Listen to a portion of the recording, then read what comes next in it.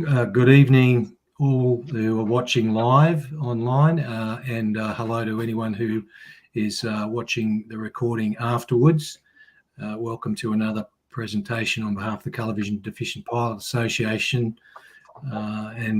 Tonight we're joined as usual by Dr. Arthur Pape and John O'Brien, and also Michael Tulip. And congratulations to Michael Tulip, who's just passed his CPL flight tests. And the aim of tonight is to give everyone a brief update on what's happening with the consultation process for the new AOCVA, and to the extent possible, provide some information about the substance of the test, what it entails. I mean, my understanding is very similar to the New Zealand AOCVA that was in force here in Australia, plus some PAPI. But anyway, John, who's part of the technical working group, will give us as much information as he's allowed to in that regard, and also to encourage anyone with an interest in this. Doesn't matter whether you're colour vision defective or not. I'm not. But has an interest in this, to put in a submission in response to the invitation from CASA, because one of the constant battles that I see that the CVDPA faces is CASA is saying, well, there are so few pilots affected. But of course, that doesn't take into account aspiring pilots who might have CVD. Those people are entitled to know what's going on and have a say as to how this is this new test is to be determined. I mean, the good news, or the highlight from it, is the draft instrument of determination of the third tier test is out, and the most important sentence in that draft instrument, and I'm wearing my lawyer's hat, I'll focus on these things, is it actually determines this AOCVA to be a third tier test. And that is the most important headline, because once that happens, we go from the future back to where we started, which is a proper test simulating an operational situation as a third tier test. That's where we were. We should have stayed there, and this should have happened much more quickly. But anyway, I'll hand over to John O'Brien now, as I said, is in the technical working group, to give what he's been seeing and doing, and his impressions. Over to you, John. Cool. Thanks, Clinton. And yeah, thank you everyone for joining us tonight or watching later on by the replay. Yeah, as Clinton mentioned, I've been involved in a TWG, a technical working group, over the last month or so. We've had 2 meetings to discuss this new testing regime over the past couple of weeks. And basically where we've landed is what's essentially been published on the CASA website now for consultation, being the schedules of what is going to make up part of the test. Another thing we've been working on too is a draft appendix to the flight examiner handbook, which will describe in fairly significant detail exactly how the test is going to be conducted, what constitutes a pass versus a fail, the examiner requirements for the applicants undertaking it, and so forth. And that was probably one of the things, or was one of the things that was lacking from the original OCVA when the test was first suspended 2 years ago. One of the concerns that CASA had then was that it wasn't standardised and examiners were conducting the tests in different ways. So this flight examiner handbook appendix is going to kind of rectify all of that. So I guess, yeah, tonight we're just going to briefly run over the instrument schedules and discuss what's involved in the test. Basically, as Clinton said, the highlight here is that it is going to be a third tier test, and anyone who passes that test will ultimately end up with a medical certificate with no colour vision related restrictions, which is where we want to be. CASA have determined that they are still going to keep the CAD test as part of that testing regime as well as a third tier test. For those that have done the CAD test previously, I'm sure you'll certainly agree that it doesn't simulate an operational situation. And certainly CVDPA's position hasn't changed at all in that respect. But what we've said that is provided that there is an operational test, a realistic operational test, which the AOCVA is, as long as that is there alongside it, then we're accepting of that as an overall outcome. So in terms of the actual test itself, I guess the first thing is the title of the test. It was previously called the OCVA, the Operational Colour Vision Assessment. And the previous version of the test was identical to the New Zealand version. The new version that is proposed to be implemented is going to be called the AOCVA. So the only difference is the Australian Operational Colour Vision Assessment. And the reason for the change in the name is the assessment is just very, very slightly different to the original version that we had 2 years ago. Basically, it's going to be the same as it was, with just, I guess, an added PAPI component in there, an emphasis on the PAPI. For those that have been tuning in over the last 6 to 12 months or so, you'll probably recall that CASA did originally propose an operational test last year that was going to be implemented, focusing on the PAPI. So this new version, the AOCVA, that is going to combine both the PAPI plus the original New Zealand aspects of the test. So I guess what we can maybe do is, I think, Michael, you had the schedules available. You're going to share those on the screen, if that's maybe possible. Yep, let me bring that up.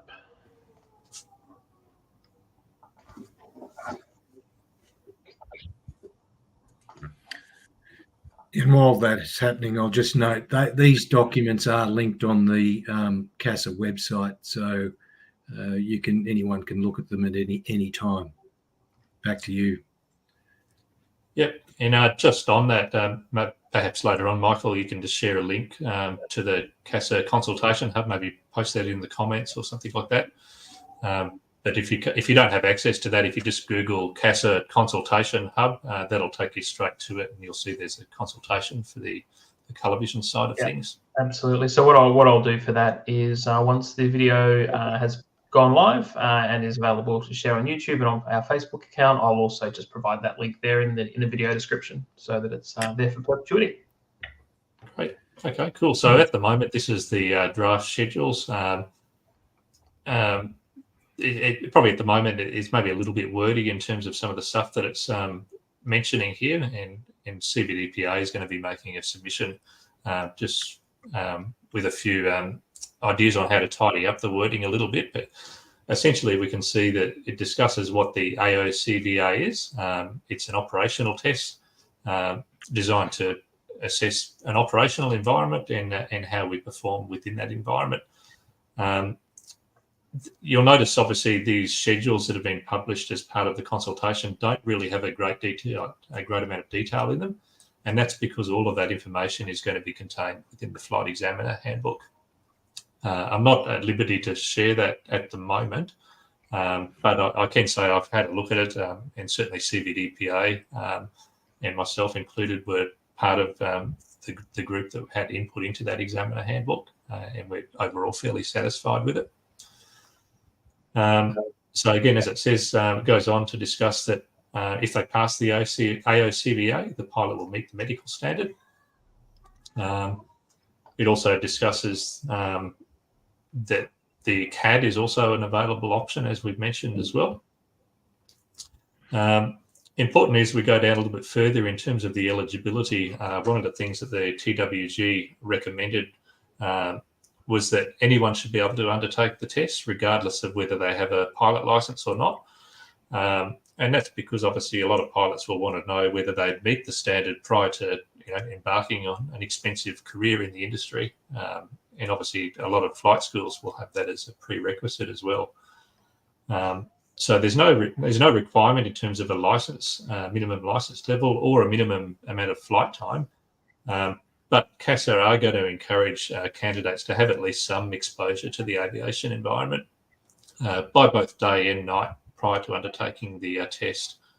And and I would certainly recommend that you don't want to go into this test necessarily having never stepped foot in an aeroplane before. So that's something that candidates will also be able to discuss with their flying schools and their examiners that are going to be authorised to conduct this test. In terms of what's included in the test, basically there's 3 sections to it. There's a ground component, there's a flight component general, and then, as we've mentioned, there's a flight component which focuses on the PAPI. Also discusses that the AOCVA can't be combined with any other flight testing or training activity. It needs to be conducted as a standalone assessment. The flight examiner handbook is also going to cover off requirements that the examiner themselves must meet prior to being able to conduct the test on applicants.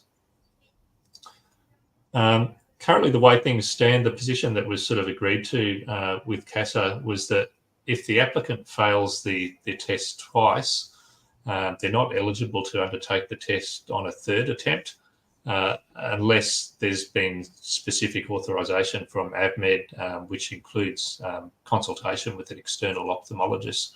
So perhaps there's been like a change in health conditions also and so forth as well. CVDPA, we're still discussing this internally at the moment. We'll probably have a little bit more to say on some of these minor aspects in the next week or so.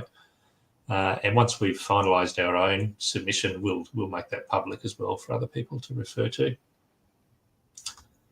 The next section of the schedule goes on, as I said, discusses the ground component there. So basically the ground component is going to start off in the classroom. There'll be a fairly comprehensive briefing conducted by the examiner, which will make quite clear as to what the assessment criteria is and what's going to be assessed. As part of the ground component, really there's 2 aspects to it. There's the reading and interpretation of aeronautical charts. Obviously, a lot of our charts are colour-coded and use a variety of colours. So really, this is just a way for the applicant to demonstrate that they can interpret the chart.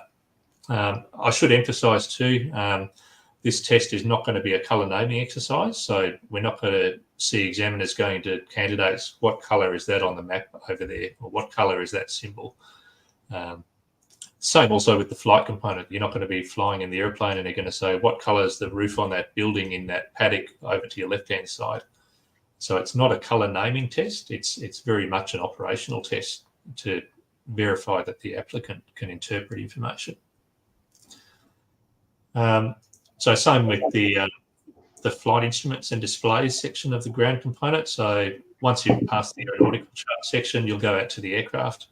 And again, the applicant will be asked to describe what they see on the instrument panel, for example. So you look at an airspeed indicator and be able to identify the various colour radial markings on the instrument.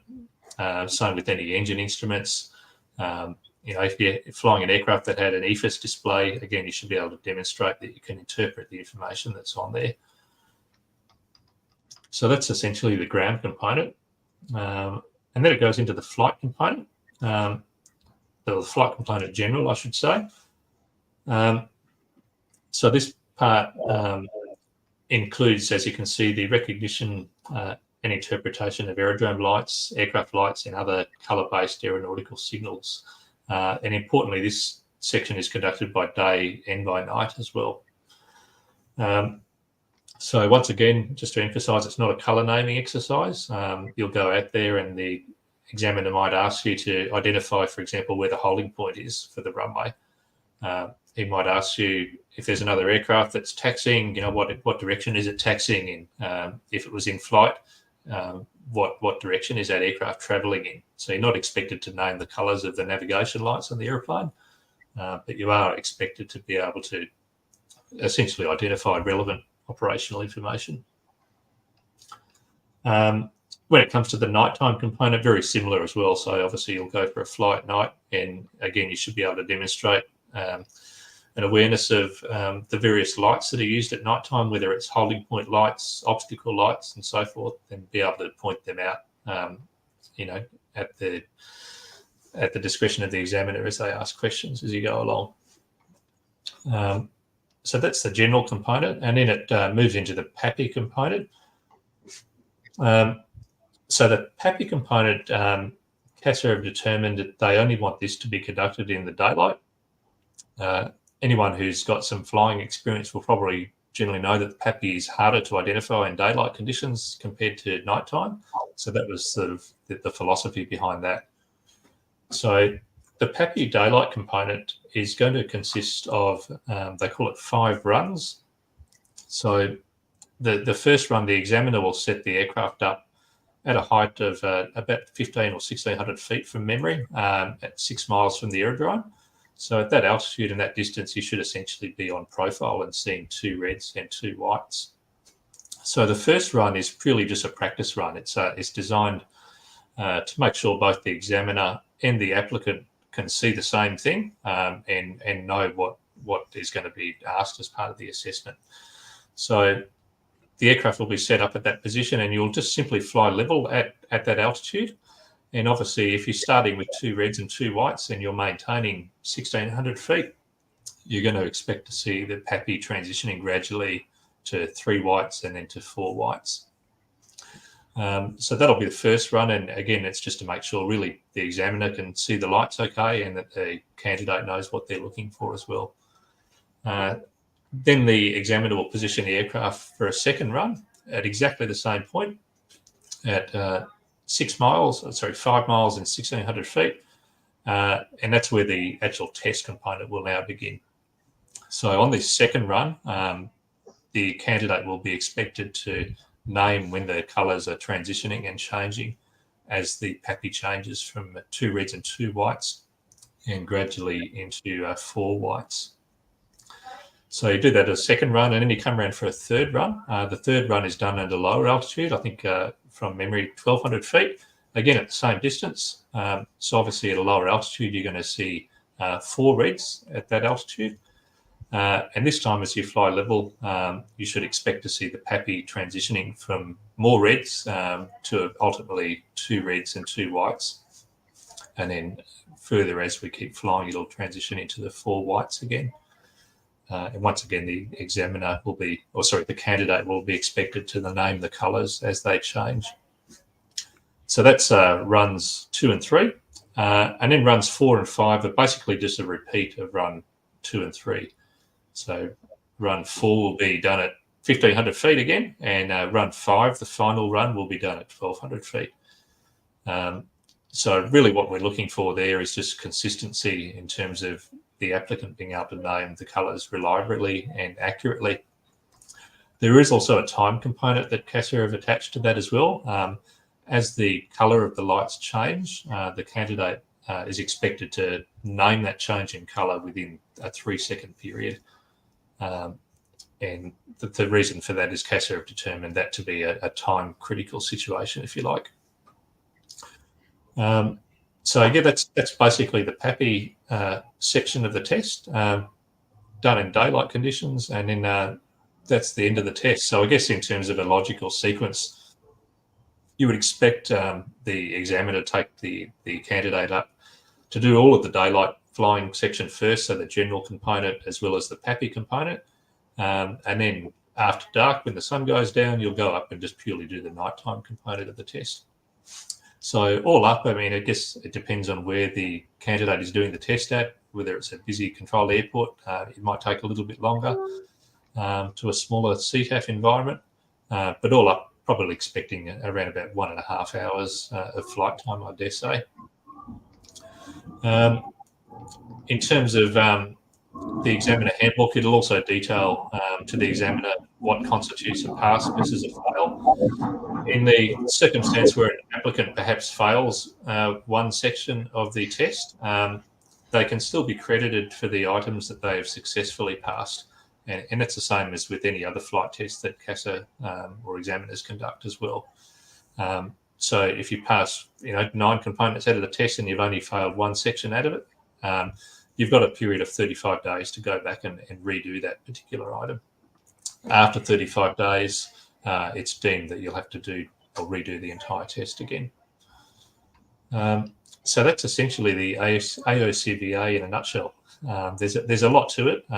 It's probably a little bit more complex than the original OCVA, But I guess this was ultimately the compromise that we arrived at with CASA and discussion with the other various TWG members. I think overall, despite the fact that it's maybe a little bit more complicated than the original version, at least it gives us back what we're aiming for, which is an operational test, which if passed, gives you an unrestricted medical. So that's probably about it in terms of what I have to say for the test.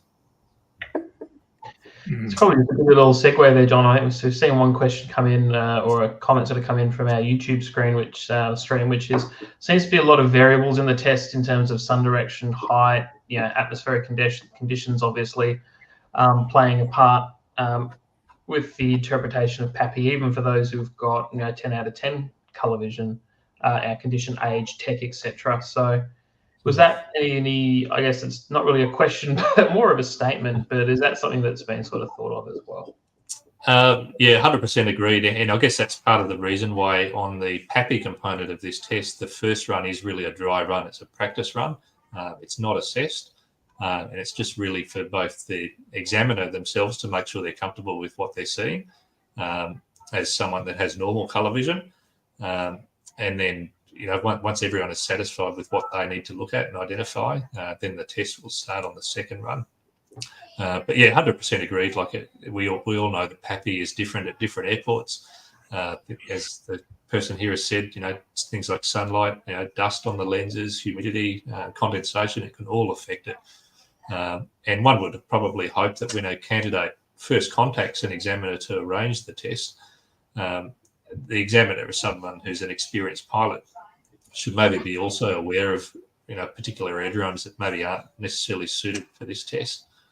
And hopefully, if nothing else, it maybe brings some awareness of that fact that, if there are issues with particular PAPIs at particular airports, maybe they get reported to the aerodrome operators so that they get looked at. Yeah. And I guess I might add a comment to that, and I'll just be very clear by saying this is my own personal opinion, and I don't pretend to represent anyone else other than myself. But I know it's something I'll be putting in my response to the consultation, which is obviously with those a lot of those variables, I will be questioning whether providing an applicant with 2 chances to do it. We know in other jurisdictions that there are unlimited chances at these types of assessments. That's something personally I would be questioning in my response to the consultation. But that's personal hat on. That's sort of my opinion on that one. Yeah, and just as a comparison on that point as well, I mentioned to the group earlier that as we know, CASA are limiting the amount of attempts at this test to 2. By comparison, New Zealand has an unlimited amount of attempts. The candidate can go back and reattempt it as much as they want. The FAA in the US, it's a once-off. If you fail it, that's it. You're done for life. So I guess in terms of the CASA proposal, it's not as restricted as the FAA, but it's probably not quite as good as what New Zealand have got. But certainly, by all means, people have got feedback around that. I'd encourage you to submit it. As we know, any other flight test, the applicant can attend it as many times as they like. Any observations and comments, Arthur, on what you've seen so far? No, broadly, I'm happy with the outcome to date, and if this becomes set in concrete, I'll be even happier. I can still see potential issues arising after this has been in use for some time. There will inevitably be people who, for one reason or another, miss out on the practical flight test side, and and we can then argue the case of what the overall essential nature is of PAPI, and we could argue that the PAPI is not an essential, it's an aid, but it's not an essential feature for safe operation. And there are many circumstances where we know that PAPI can fail, and when it fails, it almost always fails unsafe. But that's a topic for another night. That will be further down the track. Yeah, so we need to continue our campaign to get rid of PAPI, because the irony is, if this is about safety, then PAPI, for reasons that we've indicated and discussed many times, should be phased out in any event. But that'll just be something that no doubt will continue to happen in parallel. And just for the structure, the reason John was talking about schedules is they're schedules to the instrument of determination of the test, which sounds very, very big and important, but it's just because the third tier test provision in the regulation says the third tier test is a test determined by CASA simulating an operational situation. And so it's just the instrument of determination. The draft is only one page, and it's mostly definitions, and they're just two sentences, and they refer to the schedule. So that's why we were talking about those schedules. So as I said, what CVDPA intends to do as expeditiously as possible is finalise its submission and put that in and then publish it so that other people can look at it and draw upon it if they will. At the same time, we're encouraging anyone potentially affected by this to put in their own submission, because this is something that affects hundreds of thousands of Australians with colour vision defects who may eventually some of them may eventually aspire to a career like John's or what's coming up for Michael, who have perfectly safely discharged the duties of pilot in command of very large aircraft for a long time.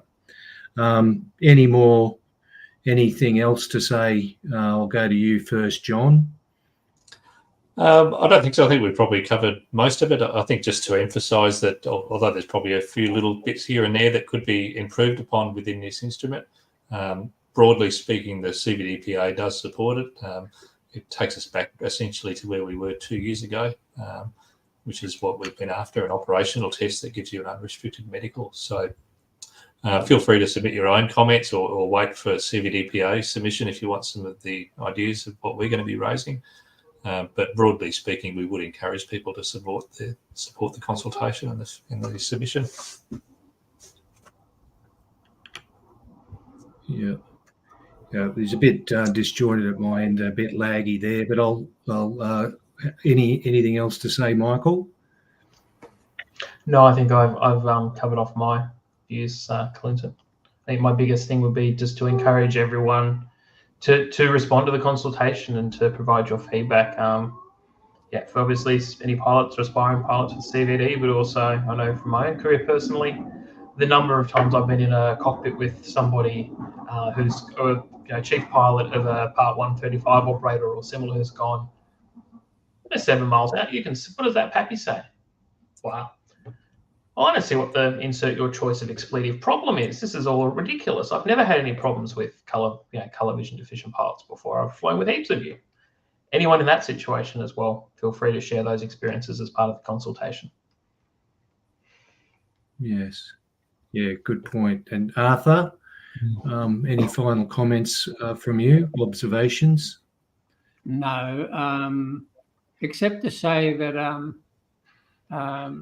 you, Clinton, John, Michael, and Simon have carried the weight in this project, and you've done a wonderful job. And the outcome I'm very happy with. And yes, I hope it does get set in concrete so that we can then move on and get lots and lots of CVD pilots back into the industry. The industry is screaming for new pilots. They are finding it so difficult to get pilots, and this is one way to encourage people to get into the industry. Thanks. Yes. Yeah. Okay. Well, good evening, everyone watching live, and thank you for watching. Those who are watching live and watch later.